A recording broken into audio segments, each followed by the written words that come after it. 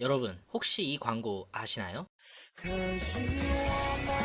이 광고와 밈의 주인공이자 가맹점 1,000호점을 넘을 만큼 대한민국을 뒤덮었던 카페베네. 정말 유명했던 과거와 달리 이제 우리 주변에서 찾아볼 수가 없는데요. 그렇게 스타벅스보다 매장 수가 많았던 카페베네는 어디로 다 사라진 걸까요? 카페베네는 왜 순식간에 망해버린 걸까요? 지금부터 당신이 몰랐던 사업 이야기, 김사업이 그 이야기를 들려드리겠습니다. 이야기 시작하기 전에 구독, 좋아요 부탁드리겠습니다.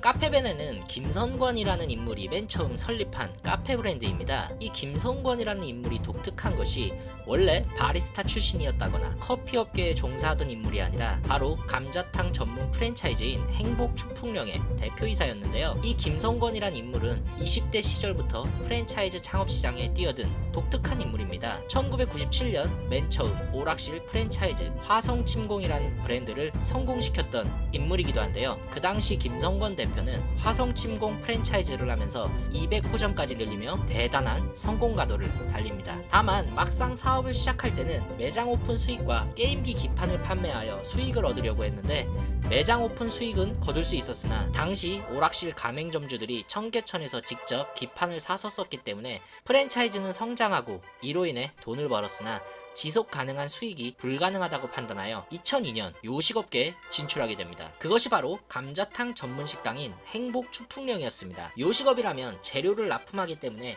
이전 오락실 사업의 취약점을 보완했다고 볼 수 있겠는데요. 행복축풍령은 아마 지금 40대 이상이면 알만한 브랜드일 것입니다. 축풍령에는 막상 행복축풍령 감자탕집이 없었던 것도 유명했던 브랜드이죠. 이 두 가지 프랜차이즈를 성공시킨 김선권은 그야말로 성공한 프랜차이즈 사업가로 발돋움하게 되는데요. 오락실 사업, 감자탕 사업을 하던 김선권은 왜 갑자기 커피 사업에 뛰어들어간 걸까요?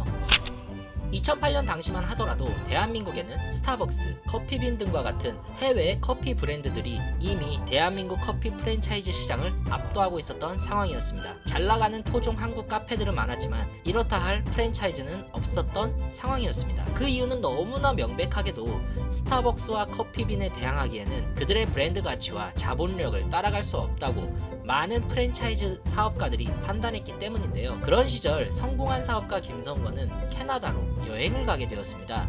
그리고 김선권은 캐나다로 여행을 가게 되었을 때 캐나다의 도넛, 커피 프랜차이즈 팀 홀튼을 방문하게 됩니다. 그리고 그곳에서 놀라운 사실을 알게 되는데요. 바로 캐나다 토종 브랜드인 팀 홀튼이 커피에서는 스타벅스를 압도하고 있었고 도넛에서는 던킨 도너츠를 이기고 있었다는 사실을 알게 됩니다. 이를 바탕으로 김선권은 캐나다의 팀홀튼처럼 한국에도 스타벅스에 버금가는 순수 토종 브랜드 카페를 만들기로 결심하고 유럽의 카페들을 모티브로 한 카페벤의 직영 1호점을 2008년 4월에 오픈하게 되지만 잘 될 것 같았던 사업은 김선권의 의도만큼 속도를 내지는 못합니다.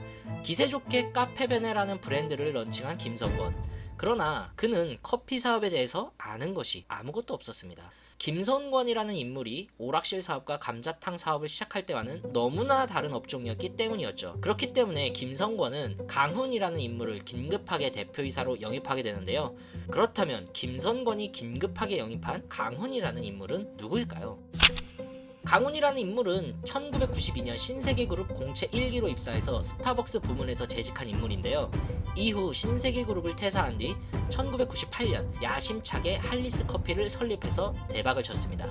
허나 이 할리스 커피를 창업할 때 김도균이라는 인물과 같이 창업을 했었는데 지분관계의 문제 등과 같은 불화로 인해 강훈은 할리스 커피를 퇴사하고 차기 사업을 구상하던 도중이었는데요. 이때 김선권과 강훈이 만나게 됩니다. 그리고 2008년 2호점까지밖에 없었던 카페베네를 2010년 9월에 300호점, 2010년 11월에 400호점, 2011년에 500호점, 2012년 10월에 800호점을 돌파한 것에 이어 결국 2013년 8월에 1000호점을 돌파하게 되는데요. 500호점부터 이미 매장 수가 대한민국 최초였고 스타벅스를 압도하는 속도였습니다. 덕분에 당시에는 전국 어딜 가든 카페베네가 있다는 이미지가 강했습니다. 점포 확장은 국내뿐만 아니라 해외에서도 이루어졌는데 당시에는 중국에만 250여 개, 미국에도 80여 개의 매장이 있었습니다. 이 밖에도 일본, 몽골, 말레이시아, 싱가포르, 필리핀, 인도네시아, 사우디아라비아, 캄보디아에도 매장이 있었을 만큼 공격적으로 사업을 확장해 나갔는데요. 과연 어떻게 이런 식으로 성공을 할 수 있었던 것일까요?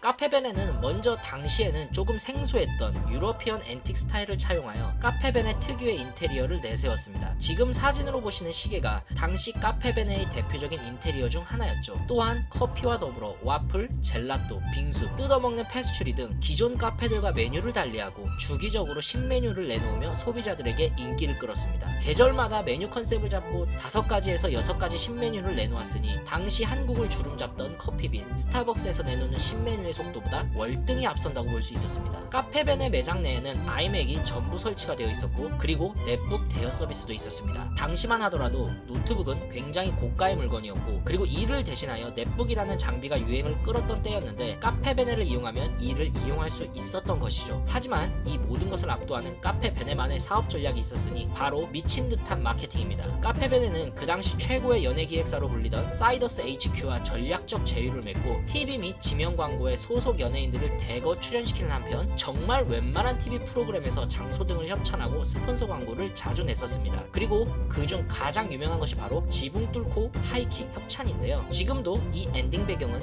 유명하죠. 인터넷 밈으로 나이 많은 사람이나 젊은 사람들 모두가 알 정도로 카페베네는 마케팅에 공격적으로 투자하여 승승장구를 달리게 되는데요. 거짓말 조금 보태면 거의 공중파 3사에 나오는 드라마, 예능에 카페베네는 거의 빠지지 않고 등장할 정도였으니 말 다 했죠. 그러나 그랬던 카페베네는 왜 갑자기 몰락하기 시작한 걸까요?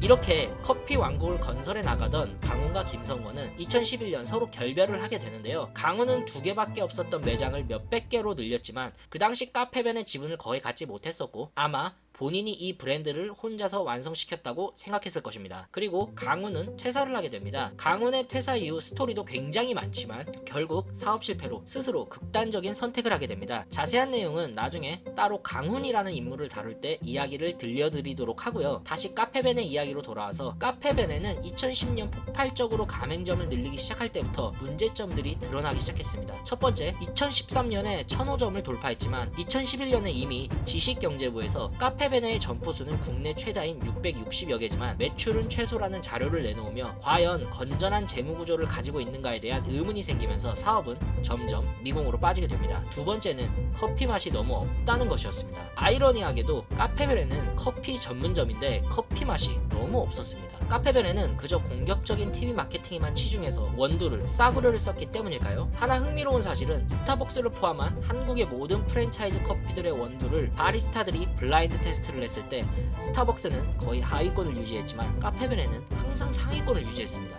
원두도 상당히 괜찮은 거를 썼다고 합니다. 하지만 왜 사람들은 커피 맛이 별로라고 생각했을까요? 그 이유는 바로 가맹점 직원들이나 점주들이 커피를 미리 갈아놨기 때문인데요. 커피를 조금이라도 공부해본 사람들은 알겠지만 원두를 갈아놓은 지 1시간만 지나도 그 향과 맛이 거의 달아난다는 것을 알 것입니다. 스타벅스나 커피빈이 치열하게 근무하는 사람들을 주기적으로 교육하는 이유도 여기에 있죠. 어디서 먹어도 일정 수준의 맛이 유지되어야 하는데 카페벤에는 그런 게 없었습니다. 오히려 스타벅스는 100% 직영점으로 이루어져 있어 이런 것들이 잘 관리가 되었지만 카페벤에는 직영점을 늘리기보다는 체인점을 주로 늘려 이런 부분에서 취약했던 것입니다. 애초에 카페벤의 직영점이 전체 매장의 2% 수준이었다고 하니 관리가 될 수가 없는 수준이었겠죠. 세 번째는 이 커피 맛으로 인해 브랜드 이미지가 손상가기 시작했다는 점입니다. 카페벤에는 1000호점이나 오픈할 정도로 많은 매장 수를 보유했으나 커피 맛이 없고 직원 교육이 제대로 되지 않아 대부분의 매장이 불친절해 끝이었습니다. 그러한 이유로 카페베네는 바퀴베네라는 치명적인 별명을 얻게 됩니다. 또한 동네에 커피를 먹을 곳이 카페베네 한 군데라면 차라리 커피를 먹지 않겠다는 이야기가 나올 정도였으니 브랜드 이미지는 이미 끝장이 난 상태였죠. 당시 프랜차이즈 카페의 커피를 마시려면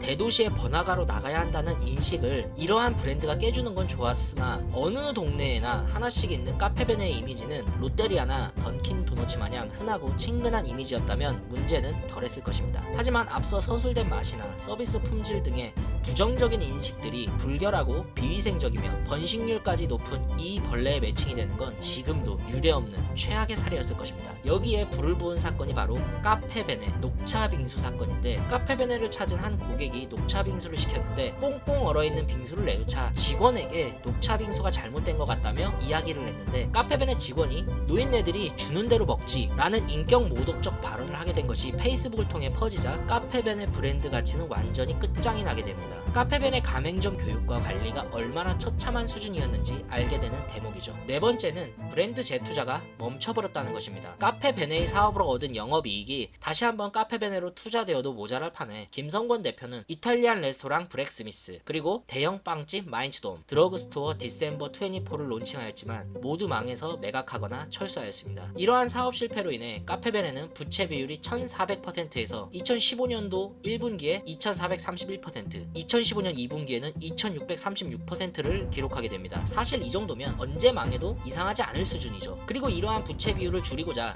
사모펀드 자본을 끌어들이며 김성권 대표의 경영권에 비상이 걸렸고, 당시에는 가맹점주를 위한 인테리어를 강제하지 못하게 하는 법이 없었기 때문에 김성권 대표는 가맹점주에게 무리하게 인테리어를 강요했고, 이로 인해 대다수의 카페베네 점주들은 카페베네를 접게 된 것입니다. 설상가상으로 카페베네가 전지현, 김수현을 모델로 앞세우며 중국에서 600여 개의 가맹점을 개설하며 그나마 좀 판매가 되고 있었지만, 부채 비율을 줄이기 위해 투자를 받은 투자그룹 측에서 중국 법인 대표를 교체해버리자 사실상 카페베네 중국 현지 법인의 영향력을 행사할 수 없게 되자 카페베네의 김성권 대표는 사실상 끝장이 나게 됩니다. 현재 카페베네는 이미 자본 잠식 상태로 2024년 기준으로 신규 출점 점포는 없지만 가맹 사업은 이어나가고 있습니다. 하지만 지점수 이탈은 가속화되고 있으며 2023년 역시 적자가 이루어지고 있습니다. 카페베네가 급속하게 망해간 2014, 2015년에 이미 투자사와 사모펀드들에 의해 김성권은 카페베네 대표 이사직에서 사실상 쫓겨났고, 2018년부터 아모르파티 실버케어, 아모르파티 건설, 삼순산업 대표 이사직을 맡고 있는 것으로 알려져 있습니다. 그러나 2023년에는 실버타운 사업 사기 혐의로 피소되었고, 현재는 퍼피라운지라는 애견 다이닝, 애견 오마카세를 운영하는 것으로 알려져 있습니다. 아마 카페베네를 초창기에 했던 것처럼 서울 강남에 1호점을 차리고 강력한 마케팅을 통해 또 한 번 사업을 일으키려고 하는 것 같으나, 이미 예전처럼 자본을 움직일 수 있는 힘도 없을 뿐더러 소비자들이 예전처럼 광고에만 움직이지 않는다는 것을 뼈저리게 깨닫고 있지 않을까 싶습니다. 한때 스타벅스보다 더 빠른 성장세를 보이며 대한민국 최초 500호점, 1000호점을 달성했던 카페베네. 그러나 내부적인 실속을 다지지 못하고 외부 연예인, TV 마케팅에만 치중했던 모습은 아마 많은 자영업자분이나 마케팅을 공부하는 학생들, 그리고 지금 사업을 꿈꾸는 분들에게 반면 교사가 되지 않을까 싶습니다. 오늘 카페베네 이야기 재밌으셨나요? 재밌으셨다면 구독, 좋아요 부탁드리겠습니다. 지금까지 김사업이었습니다. 끝까지 시청해주셔서 감사합니다.